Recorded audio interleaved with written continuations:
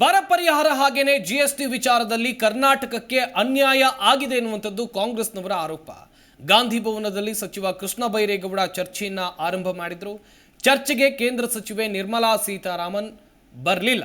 ಬಹಿರಂಗವಾಗಿ ಚರ್ಚೆಗೆ ಆಹ್ವಾನಿಸಿದ್ರು ಸಚಿವರಾಗಿರುವಂತಹ ಕೃಷ್ಣ ಬೈರೇಗೌಡ.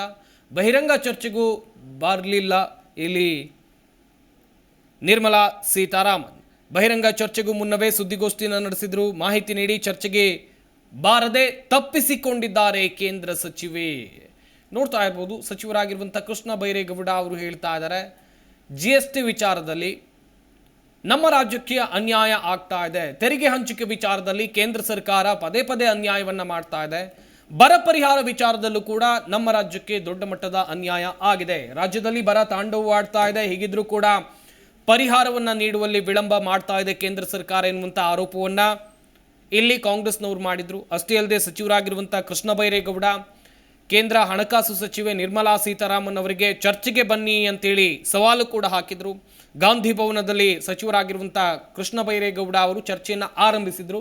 ಆದರೆ ನಿರ್ಮಲಾ ಸೀತಾರಾಮನ್ ಅವರು ಈ ಚರ್ಚೆಗೆ ಬಂದಿಲ್ಲ ಎನ್ನುವಂಥದ್ದು ಗೊತ್ತಾಗಿದೆ.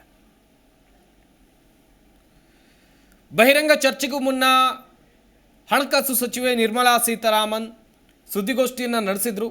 ಆದರೂ ಕೂಡ ಎಲ್ಲೋ ಒಂದು ಕಡೆಯಲ್ಲಿ ಯಾಕೆ ನೀವು ಚರ್ಚೆಗೆ ಬಂದಿಲ್ಲ, ನೀವು ಕೊಡುವಂಥ ಡಾಟಾ ಕರೆಕ್ಟ್ ಆಗಿದ್ದರೆ ಬರ್ಬೋದಿತ್ತಲ್ವ ಚರ್ಚೆಗೆ ಎನ್ನುವಂಥ ಪ್ರಶ್ನೆಗಳು ಸರ್ವೇ ಸಾಮಾನ್ಯವಾಗಿ ಹುಟ್ಟಿಕೊಳ್ಳುತ್ತೆ. ಜಿಎಸ್ಟಿ ವಿಚಾರದಲ್ಲಿ ಕೇಂದ್ರ ಸರ್ಕಾರ ಅನ್ಯಾಯ ಮಾಡ್ತಾ ಇದೆ ಎನ್ನುವಂಥ ಆರೋಪ ಪದೇ ಪದೇ ಕೇಳಿ ಬರ್ತಾ ಇದೆ. ಏನು ತೆರಿಗೆ ಹಂಚಿಕೆಯಲ್ಲಿ ಕರ್ನಾಟಕಕ್ಕೆ ಅನ್ಯಾಯ ಆಗ್ತಾ ಇದೆ. ನಮ್ಮ ಬಳಿಯಿಂದ ಅತಿ ಹೆಚ್ಚು ತೆರಿಗೆಯನ್ನು ಕಟ್ಟಿಸ್ಕೊಂಡು ಅದನ್ನು ಬೇರೆ ರಾಜ್ಯಗಳಿಗೆ ಕೊಡಲಾಗ್ತಾ ಇದೆ ಎನ್ನುವಂಥದ್ದು ಇಲ್ಲಿ ಕಾಂಗ್ರೆಸ್ನವರು ಮಾಡ್ತಾ ಇರುವಂಥ ಆರೋಪ. ಇದೇ ವಿಚಾರಕ್ಕೆ ಸಂಬಂಧಿಸಿದಂತೆ ಒಂದು ಕಡೆಯಲ್ಲಿ ಚರ್ಚೆಗೆ ಬನ್ನಿ ಅಂತೇಳಿ ಕಾಂಗ್ರೆಸ್ನವರು ವೇದಿಕೆಯನ್ನು ಕೂಡ ಸಿದ್ಧಪಡಿಸಿಕೊಂಡಿದ್ರು. ಆದರೆ ಚರ್ಚೆಗೆ ಹಣಕಾಸು ಸಚಿವೆ ನಿರ್ಮಲಾ ಸೀತಾರಾಮನ್ ಅವರು ಬಂದಿಲ್ಲ. ಸ್ಪಷ್ಟವಾಗಿ ಗಮನಿಸಬೇಕಾದಂತ ಅಂಶ ರಾಜ್ಯಗಳಿಗೆ ಯಾಕೆ ಅಂತ ಹೇಳ್ತೇನೆ. ಅದಾದ ಮೇಲೆ ನೆಕ್ಸ್ಟ್ ಈಗ 41% ಇದೆ. 41%ಗೆ ಆಕ್ಚುಲಿ ಕೊಟ್ಟಿರೋದು ಎಷ್ಟಪ್ಪ ಅಂತ ಹೇಳಿದ್ರೆ ಗಮನಿಸ್ತಾ ಇರಬಹುದು. ಅಂಕಿಅಂಶಗಳ ಸಮೇತ ಕೃಷ್ಣ ಬೈರೇಗೌಡ ಅವರು ಬಂದಿರೋದು. ಈಗ 13th ಫೈನಾನ್ಸ್ ಕಮಿಷನ್ ಅಲ್ಲಿ 32 ರೆಕಮೆಂಡ್ ಮಾಡಿದ್ದು ರಾಜ್ಯಗಳಿಗೆ ಕೊಟ್ಟಿದ್ದು 28, 4% ಕಮ್ಮಿ.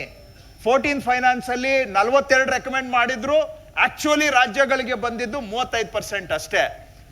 15th ಫೈನಾನ್ಸ್ ಕಮಿಷನ್ ಅಲ್ಲಿ 41 ರೆಕಮೆಂಡ್ ಮಾಡಿದ್ರು, ಆದ್ರೆ ಆಕ್ಚುಲ್ ಆಗಿ ರಾಜ್ಯಗಳಿಗೆ ಬಂದಿದ್ದು ಬರೀ 30%. ನೀವು ಹೇಳ್ಬೋದು ಇದನ್ನ ಕೇಂದ್ರ ಸರ್ಕಾರ ಒಪ್ಪೋದೇ ಇಲ್ಲ, ನೀವು ಹಿಂಗೆ ಹೇಳ್ತಾ ಇದ್ದೀರಿ ಅಂತ. ಇದಕ್ಕೂ ಕೂಡ ಒಂದು ತಿರುಮಂತ್ರ ಇದೆ. ಹೇಗೆ ತಿರುಮಂತ್ರ ಅನ್ನೋದನ್ನ ನೆಕ್ಸ್ಟ್ ಸ್ಲೈಡ್ ನಲ್ಲಿ ಹೇಳ್ತೇನೆ. ಸೆಸ್ಸು ಸರ್ಚಾರ್ಜ್ ಅಂತ ಒಂದು ಪ್ರಾವಿಷನ್ ಇದೆ. ಕೇಂದ್ರ ಸರ್ಕಾರ ಸೆಸ್ಸು ಸರ್ಚಾರ್ಜ್ ಅನ್ನ ಹಾಕಬಹುದು. ಇದು ಸಂವಿಧಾನ ಬಂದಾಗಿಂದನೂ ಕೂಡ ಸೆಸ್ಸು ಸರ್ಚಾರ್ಜ್ಗೆ ಪ್ರಾವಿಷನ್ ಇದೆ. ಈ ಸೆಸ್ಸು ಸರ್ಚಾರ್ಜು ಕೂಡ ಇದರಲ್ಲೂ ರಾಜ್ಯಗಳಿಗೆ ಪಾಲು ಕೊಡಬೇಕಾಗಿತ್ತು. ಆದರೆ 2000 ಇಸ್ವಿಯಲ್ಲಿ ಆವತ್ತು ಬಿಜೆಪಿ ಸರ್ಕಾರ ಏನ್ ಮಾಡ್ತು, ಈ ಸೆಸ್ಸು ಸರ್ಚಾರ್ಜ್ಗಳಲ್ಲಿ ರಾಜ್ಯಕ್ಕೆ ಪಾಲು ಕೊಡೋ ಆಗಿಲ್ಲ ಅಂತ ಹೇಳ್ಬಿಟ್ಟು ಸಂವಿಧಾನಕ್ಕೆ ಒಂದು ತಿದ್ದುಪಡಿ ಮಾಡಿಬಿಟ್ಟು ರಾಜ್ಯಗಳಿಗೆ ಅದರ ಪಾಲಿನಲ್ಲಿ ಕಿತ್ತಾಕ್ಬಿಟ್ರು. ಅದು 2000 ಇಸ್ವಿಯಲ್ಲಿ ಮಾಡಿದ್ರು. ಅದಾದಾಗಿಂದನೂ ಕೂಡ ಜಿ ಕನ್ನಡ ನ್ಯೂಸ್ ಈಗ ನಿಮ್ಮ ಮನೆಯಲ್ಲೇ ನೋಡಿ. ಎಲ್ಲ ಕೇಬಲ್ಗಳಲ್ಲಿ ಈಗ ಲಭ್ಯ.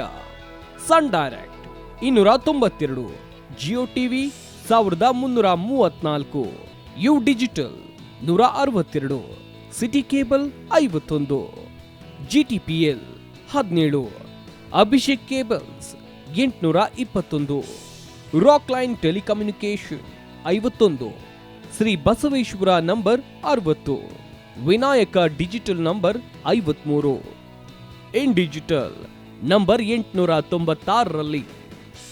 ನಿಮ್ಮಿಸ್ತದ ಜಿ ಕನ್ನಡ ನ್ಯೂಸ್ ನೋಡಿ ಆನಂದಿಸಿ.